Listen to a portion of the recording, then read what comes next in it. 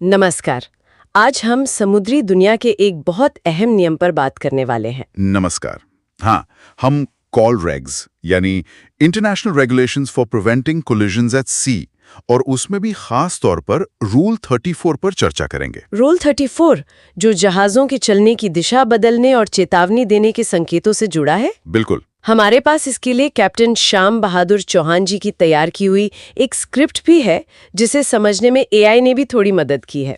तो आज इसी पर गहराई से बात करते हैं। हाँ, ये स्क्रिप्ट काफी विस्तार से समझाती है इसे। तो हमारा मकसद ये समझना है कि जब जहाज समुद्र में एक दूसरे को देख सकते हैं, आमने सामने हो, तो वो टक्कर से कैसे बचे और कैसे वो ध्वनि और प्रकाश संकेतों का इस्तेमाल करके अपने इरादे साफ करते हैं। सोचिए, समुद्र पर जरा सी गलतफहमी कितना बड़ा खतरा बन सकती है। हाँ, बिल्कुल। ये नियम न सिर्फ कागजी हैं, बल्कि असल में समुद्र में सुरक्षा की नींव हैं। एक तरफ से ये जहाजों के बीच की बातचीत है। अच्छा, तो रूल 34 का मूल सिद्धांत क्या है? ये संकेत कब देने जरूरी हो जाते हैं? देखिए, ये तब अनिवार्य हैं जब दो जहाज एक दूसरे की नजर में हों, मतलब इन साइट ऑफ वन अनदर। अच्छा। और उनमें से कोई एक अपना रास्ता बदल रहा हो, यानी मैन्यूवर कर रहा हो, या फिर अपने इंजन पीछे की तरफ चला रहा हो, ताकि कोई भ्रम न हो। हाँ, मकसद यही है भ्रम को रोकना, अपने इरादे बिल्कुल साफ कर देना। इसके लिए दो मुख्य तरीके हैं, एक तो ध्वनि मतलब सीटी और दूसरा प्रकाश यानी बत्ती। अच्छा, तो ये बातचीत होती कैसे है? पहले ये ध्वनि संकेतों को समझते हैं स्क्रिप्ट के हिसाब हाँ, विसल सिग्नल्स। एक छोटी सीटी। एक छोटी सीटी का मतलब है मैं अपना रास्ता स्टारबोर्ड यानी दाहिने बदल रहा हूँ। दाहिने। हाँ। और दो छोटी सीटियां। दो छोटी सीटियों का मतलब है मैं अपना रास्ता पोर्ट यानी बाएं बदल रहा हूँ। ठीक है। और तीन छोटी सीटियां। तीन छोटी सीटियों का मतलब होता है मेरे इंजन पीछे की ओर चल रहे हैं, यानी एस्टर्न प्रोपल्शन। अच्छा, ये कब खास जरूरी होता है इंजन पीछे चलाना? ये खासकर तब जरूरी है जब आप रफ्तार कम करने के लिए इंजन रिवर्स कर रहे हो, जैसे किसी तंग रास्ते में या बंदरगाह के पास। ये दूसरों को बताता है कि आपकी गति बदल रही है, शायद कम हो रही है। समझ गई। और एक और बहुत जरूरी संकेत बताया गया, खतरे या शक का संकेत। हाँ, ये बहुत महत्वपूर्ण है। 5 या उससे ज्यादा छोटी और तेज सीटियां। 5 या ज्यादा तेजी से। हाँ, रैपिड शॉर्ट ब्लास्ट्स। इसका मतलब है मुझे तुम्हारे इरादे समझ नहीं आ रहे, या मुझे खतरा महसूस हो रहा है, या फिर आप जो कर रहे हैं उससे मैं सहमत नहीं हूं। अच्छा, इसका उदाहरण क्या हो सकता है? मान लीजिए कोई जहाज आपको ओवरटेक करने की कोशिश कर रहा है, लेकिन उसका रास्ता ठीक नहीं लग रहा, या वो आपके सिग्नल का ठीक से जवाब नहीं दे रहा। हाँ। तब ये सिग्नल देना बहुत जरूरी हो जाता है। ये एक तरह से चिल्ला कर कहना है, ध्यान दो, कुछ गड़बड़ है, मुझे समझ नहीं आ रहा। ये तो सच में बहुत जरूरी लगता है। अच्छा, स्क्रिप्ट में प्रकाश संकेतों का भी जिक्र है। हाँ, लाइट सिग्नल्स। ये कब काम आते हैं? क्या ये ध्वनि संकेतों के साथ इस्तेमाल होते हैं? बिल्कुल, ये ध्वनि संकेतों के पूरक हैं और उनके साथ ही दिए जाते हैं, खासकर तब जब शायद तेज हवा हो या मशीन का शोर इतना हो कि सीटी सुनना मुश्किल हो जाए। तो ये कैसे काम करते हैं? बहुत सीधे हैं। एक फ्लैश मतलब एक छोटी झपकी का मतलब है स्टारबोर्ड मोड, यानी दाहिने। हाँ। 2 फ्लैश का मतलब पोर्ट मोड यानी बाएं। और 3 फ्लैश? 3 फ्लैश मतलब इंजन पीछे चल रहे हैं, एस्टर्न प्रोपल्शन। और ये फ्लैश कितनी देर के होते हैं? हर फ्लैश लगभग 1 सेकंड का होता है और उनके बीच भी करीब 1 सेकंड का गैप होता है। ये लाइट सिग्नल उस जहाज की मास्ट हेड लाइट पर दिखाए जाते हैं अगर संभव हो। अच्छा, अब ये तो नियम हो गए, पर असल में समुद्र में क्या होता है? क्या लोग हमेशा ये नियम मानते हैं? आम गलतियां क्या होती हैं? दुर्भाग्य से हमेशा नहीं माने जाते।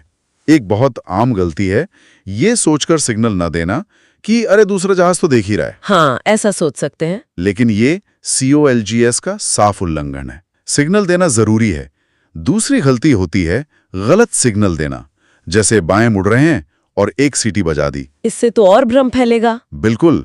और शायद सबसे खतरनाक है देरी से सिग्नल देना। आपको सिग्नल तब देना है जब आप मुड़ने वाले हों या मुड़ने की क्रिया शुरू करते वक्त। मुड़ने के बाद सिग्नल देने का कोई मतलब नहीं, इरादा पहले बताना है। क्या इसका कोई असल उदाहरण है जहां इन नियमों को न मानने या गलत समझने से कोई दुर्घटना हुई हो? हाँ, स्रोत में 2018 की थेम्स नदी की एक घटना का जिक्र है। थेम्स नदी लंदन में। हाँ, वहां 2 जहाज टकरा गए थे और जब जांच हुई MAIB ने की, मतलब UK की मरीन एक्सीडेंट इन्वेस्टिगेशन ब्रांच ने, तो पाया गया कि सिग्नल्स को लेकर काफी भ्रम था। तो उससे क्या सीख मिली? सीख यही थी कि अगर दूसरे जहाज के सिग्नल या उसके इरादे को लेकर जरा सा भी शक हो तो फौरन वो शक वाला सिग्नल देना चाहिए, 5 छोटी सीटियां। इंतजार नहीं करना चाहिए। बिल्कुल नहीं, तुरंत संकेत दें। और पुष्टि के लिए क्या VHF रेडियो का इस्तेमाल कर सकते हैं? हाँ, पुष्टि करना मतलब कंफर्म करना बहुत जरूरी है। VHF रेडियो इसमें मदद कर सकता है, खासकर जहां ट्रैफिक ज्यादा हो। लेकिन ये याद रखना होगा कि VHF पर बात करना रूल 34 के तहत जरूरी ध्वनि या प्रकाश संकेतों का विकल्प नहीं है, वो को देने ही है। अच्छा, ये बात ध्यान रखने वाली है। जी हाँ, ये नियम दृश्य और श्रव्य संचार के लिए हैं, जो तुरंत इरादा बताते हैं। रेडियो पर बातचीत में देरी हो सकती है या भाषा की समस्या हो सकती है। तो कुल मिला के हमने देखा कि रूल 34 सिर्फ कोई तकनीकी नियम नहीं है, बल्कि ये समुद्री सुरक्षा और साफ संचार की रीढ़ की हड्डी है। हाँ बिल्कुल, जैसा कि कैप्टन चौहान के नोट्स में भी कहा गया है, सिग्नल देना सुरक्षा बुलाना है। ये समुद्र में एक जिम्मेदार नाविक होने का एक बहुत अहम हिस्सा है। और अंत में एक बात सोचने के लिए छोड़ते हैं। ये नियम, ये संकेत, ये नाविकों की आवाज है ना? हाँ। को उनके इरादों का प्रतीक। हाँ। तो आज के इस तकनीकी युग में जहां ऑटोमेशन है, नए नए सिस्टम आ रहे हैं, क्या इन बुनियादी मानवीय संकेतों का महत्व कम हो गया है? या शायद ऐसे माहौल में जहां तकनीक कभी धोखा दे सकती है या मानवीय भूल हो सकती है, वहां स्पष्ट और पुष्टि किए गए संचार का महत्व शायद और भी ज्यादा बढ़ गया है। ये सोचने वाली बात है। बिल्कुल। आज की हमारी ये चर्चा कॉलरेक्स के आधिकारिक नियमों, DJ हाउस की सीमनशिप टेक्निक्स जैसी किताबों, MAIB जैसी संस्थाओं की दुर्घटना रिपोर्टों और कैप्टन श्याम बहादुर चौहान द्वारा दी गई स्क्रिप्ट जैसे स्रोतों पर आधारित थी। और हमेशा की तरह सटीक और पूरी जानकारी के लिए आधिकारिक समुद्री नियमों और दिशा निर्देशों को ही देखना सबसे बेहतर है। बिल्कुल सही। सोचिए जरा, गहरे समंदर में सिर्फ एक सीटी न बजाने से क्या हो सकता है? मतलब कितनी बड़ी तबाही। हाँ, ये सुनने में छोटी सी बात लगती है, पर समुद्री टकराव रोकने वाले जो नियम हैं, कॉलरेग्स, उनका नियम 34 कोई मामूली नियम नहीं है। ये तो जैसे सुरक्षा की गारंटी है। बिल्कुल। और आज हम इसी नियम 34 की अनदेखी से जुड़ी एक घटना पर गहराई से बात करने वाले हैं। जी, 2014 में यूके की टीम्स नदी में 2 जहाज थे, MV आर्क्लोमेडो और यूनियन मून। इनके बीच टक्कर हुई थी। और ये घटना दिखाती है कि कैसे नियमों को नजरअंदाज करना कितना खतरनाक हो सकता है ना? बिल्कुल, एक केस स्टडी की तरह है ये। हमारी इस चर्चा का जो आधार है वो यूके की मरीन एक्सीडेंट इन्वेस्टिगेशन ब्रांच यानी MAIB की रिपोर्ट पर आधारित एक नोट है। और हाँ, ये भी जानकारी मिली है कि इस नोट को तैयार करने में AI की सहायता भी ली गई थी। हाँ, ये एक दिलचस्प पहलू है। खैर, रिपोर्ट के तथ्यों पर आते हैं। हाँ, तो हमारा मकसद है इस घटना की तह तक जाना, समझना कि ये चेतावनी संकेत, ये रूल 34, इनकी अनदेखी से टक्कर हुई कैसे और हम क्या सीख सकते हैं इससे। तो चलिए शुरू करते हैं। बात है 23 नवंबर 2014 की। रात का समय था, टेम्स एस्चुरी। ओके। 2 जहाज थे, जैसा बताया, MV आर्क्लोमेडो, एक कार्गो जहाज, और दूसरा यूनियन मून, जो एक टैंकर था। और वो एक दूसरे के रास्ते को काट रहे थे, मतलब क्रॉसिंग सिचुएशन। बिल्कुल सही, क्रॉसिंग सिचुएशन।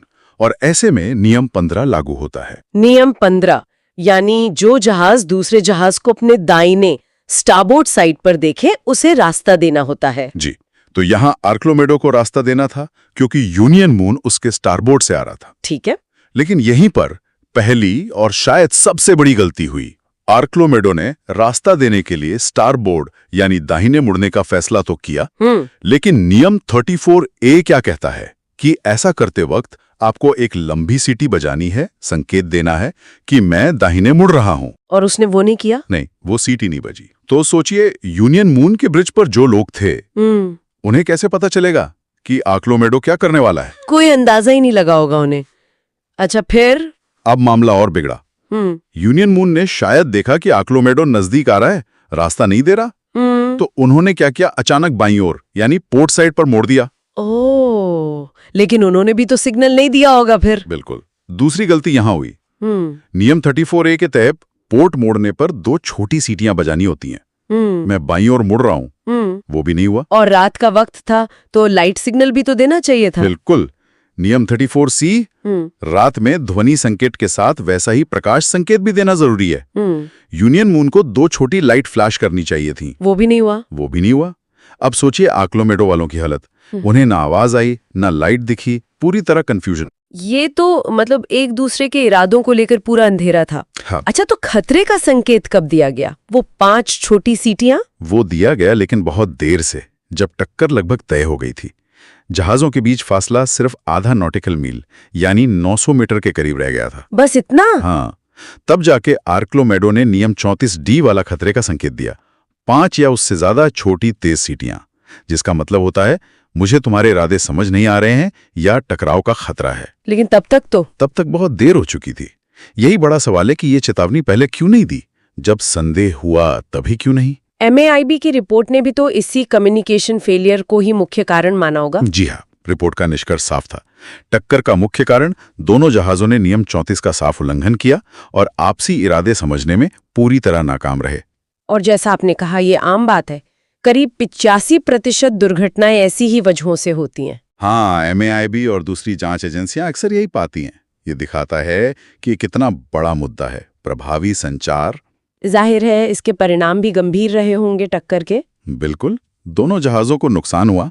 आर्क्लोमेडो का डेक बुरी तरह डैमेज हुआ और यूनियन मून तो टैंकर था, उसके कार्गो टैंक में रिसाव का खतरा बन गया था। ओह, मतलब तेल या केमिकल फैल सकता था। हाँ, गनीमत रही कि ऐसा कुछ बड़ा रिसाव हुआ नहीं, वरना पर्यावरण के लिए बहुत बुरा हो सकता था और कुछ क्रू मेंबर्स को चोटें भी आईं। तो इस पूरी घटना से जो लोग समुद्री जहाज चलाते हैं उनके लिए क्या मुख्य सबक है? देखिए, पहला और सबसे जरूरी सबक नियम 34 के ध्वनि और प्रकाश संकेतों की अहमियत।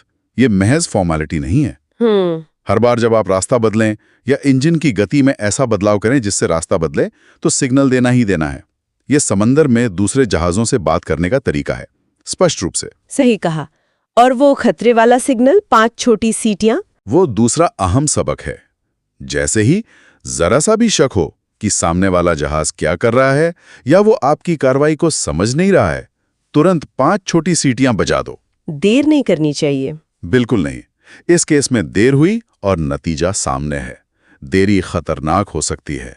कई लोग सोचते होंगे कि VHF रेडियो है, तो इन संकेतों की क्या जरूरत? अच्छा सवाल है, लेकिन VHF सिर्फ सहायक है। वो नियम 34 के अनिवार्य ध्वनि और प्रकाश संकेतों का विकल्प नहीं बन सकता, कभी नहीं। संकेत हमेशा प्राथमिक है। अच्छा। इसीलिए तीसरी सीख है ट्रेनिंग। ब्रिज टीम को नियमित रूप से इन सिग्नल्स के इस्तेमाल की ड्रिल करनी चाहिए, ताकि जरूरत पड़ने पर वो स्वाभाविक रूप से इस्तेमाल हों। तो कुल मिलाकर संदेश बिल्कुल साफ है। COLGS के नियम, खासकर नियम 34, समुद्री सुरक्षा की रीढ़ है। इनका पालन जान बचा सकता है। एकदम सही। ये संचार और बचाव दोनों के लिए बुनियादी हैं। और ये घटना सिर्फ नाविकों के लिए ही नहीं, हमें ये भी सोचने पर मजबूर करती है कि कैसे जीवन के दूसरे क्षेत्रों में भी अगर हम तयशुदा कम्युनिकेशन प्रोटोकॉल फॉलो न करें तो कितनी बड़ी समस्याएं खड़ी हो सकती हैं। बिल्कुल, चाहे वो सड़क पर गाड़ी चलाना हो या ऑफिस का काम, स्पष्ट संचार हर जगह जरूरी है। सोचने वाली बात है। अच्छा, और सुनने वालों के लिए एक जरूरी बात बता दें। जी, ये जो पूरी चर्चा हमने की, ये सिर्फ शैक्षिक उद्देश्यों के लिए है।